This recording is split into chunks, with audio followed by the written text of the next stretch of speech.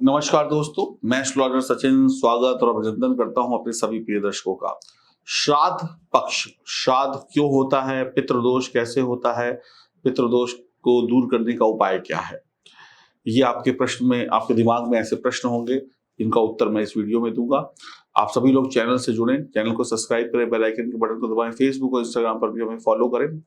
पितृपक्ष हिंदू धर्म में बहुत ही महत्वपूर्ण होता है। पितृपक्ष, पितृपक्ष कहें या श्राद्ध पक्ष कहें, एक ही बात है। पितरों का श्राद्ध यानी तर्पण इन दिनों में किया जाता है। विधि विधान से पितरों का श्राद्ध तर्पण करने से पितरों का आशीर्वाद हमें प्राप्त होता है। धार्मिक मान्यताएं हैं कि पितृपक्ष के दौरान पितृ संबंधी काम करने से पितरों को मोक्ष की प्राप्ति होती है। साल 2022 में 10 सितंबर से पितृपक्ष शुरू होंगे और 25 सितंबर तक पितृपक्ष चलेंगे।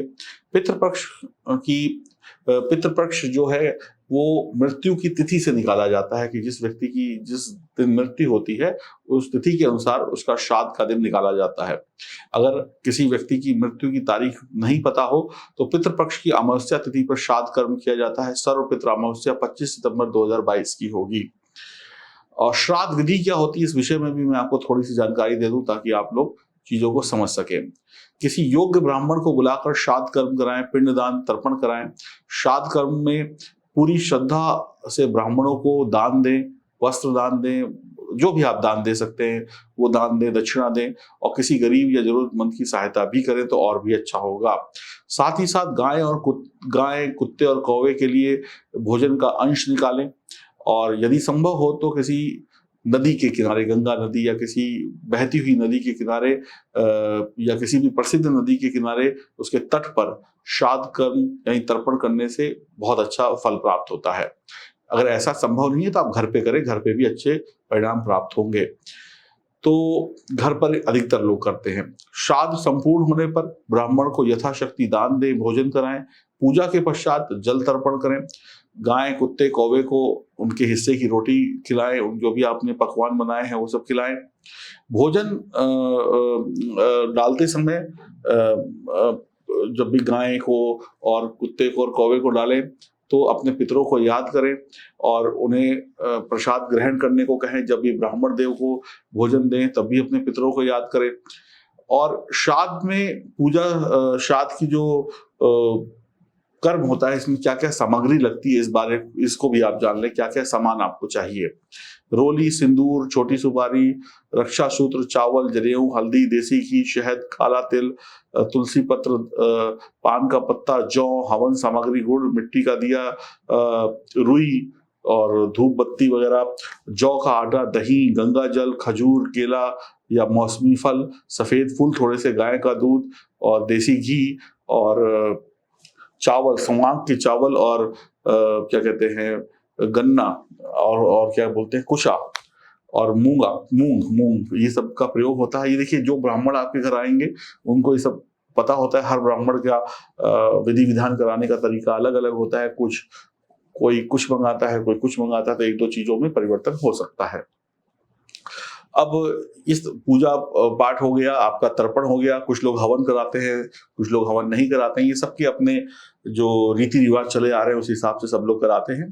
तो अगर आपके हवन की प्रथा है तो हवन भी कराइएगा और ब्राह्मणों को दान दक्षिणा देकर, भोजन कराकर और कौवे के लिए, गाय के लिए और कौवा, गाय और कुत्ते के लिए अंशदान जरूर निकालिएगा। पितृदोष कैसे बनता है? कुंडली में नवम भाव में सूर्य की युति राहु के साथ हो।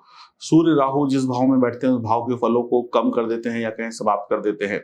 ज्योतिष शास्त्र के अनुसार जब व्यक्ति की जन्म कुंडली में दूसरे, चौथे, पांचवें, सातवें, नौवें, 10वें घर में सूर्य राहु या सूर्य शनि का संबंध हो, युति हो तो पितृदोष बनता है।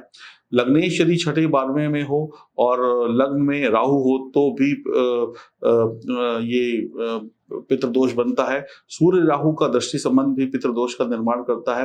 कुंडली में गुरु चांडाल दोष भी पितृदोष को पैदा करता है। नवम भाव में सूर्य के साथ राहु केतु का होना भी पितृदोष को दर्शाता है। और भी अन्य कारण हैं पितृदोष बनने के। निवारण, अब बात है निवारण कैसे किया जाए। तो पीपल के पेड़ की पूजा करने से भी पितृ शांत होते हैं।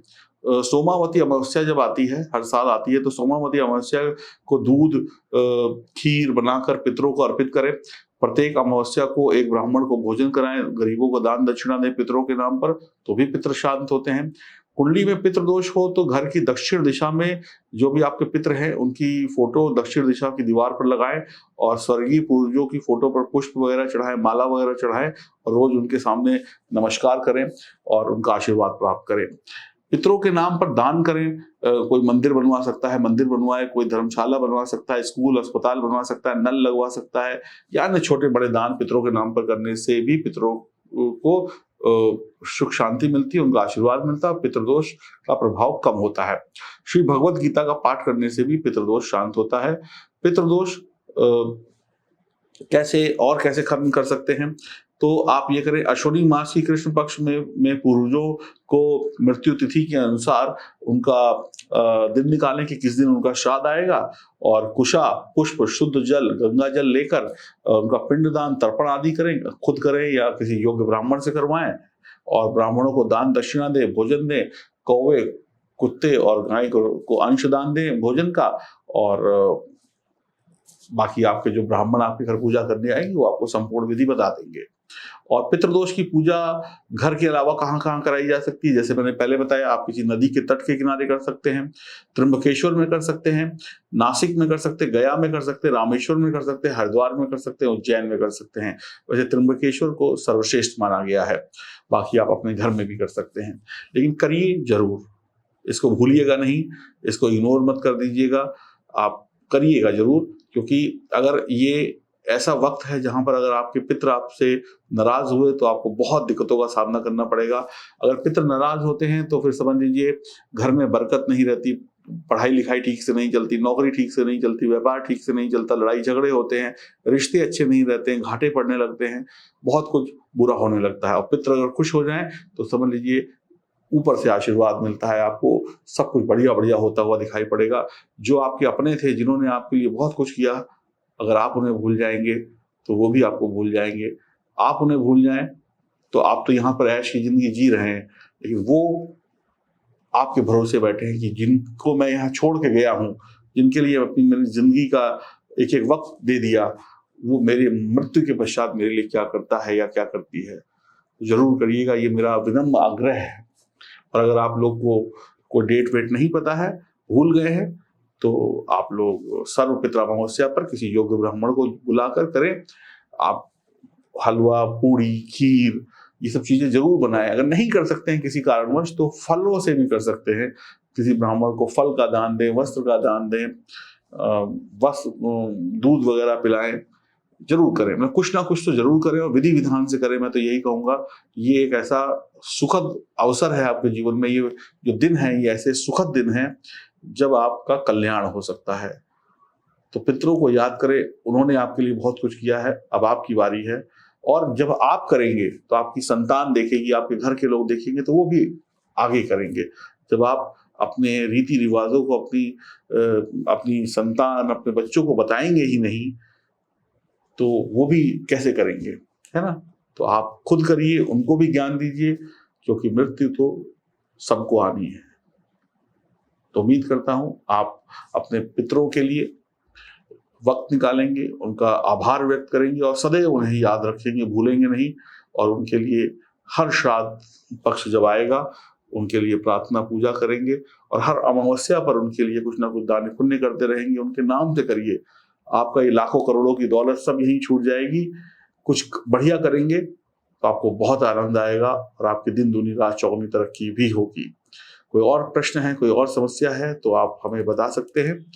आप जानना चाहते हैं कि आपको पितृदोष है या नहीं, इसके लिए आप अपनी जन्म कुंडली की डिटेल्स भी भेज दें। और काल सर्प दोष वगैरह की भी पूजा पितृदोष के साथ में कराई जाती है। अगर आपके मन में कोई संशय है कि मेरी कुंडली में काल सर्प दोष है कि नहीं है, पितृदोष है कि नहीं है, गुरु चांडाल दोष है कि नहीं है, आपको नहीं पता है, तो दिए गए नंबरों पे आप संपर्क करें और या अपने कमेंट बॉक्स में लिख दें, हम आपको कमेंट बॉक्स में जवाब दे देंगे। हरिओम, नमस्कार।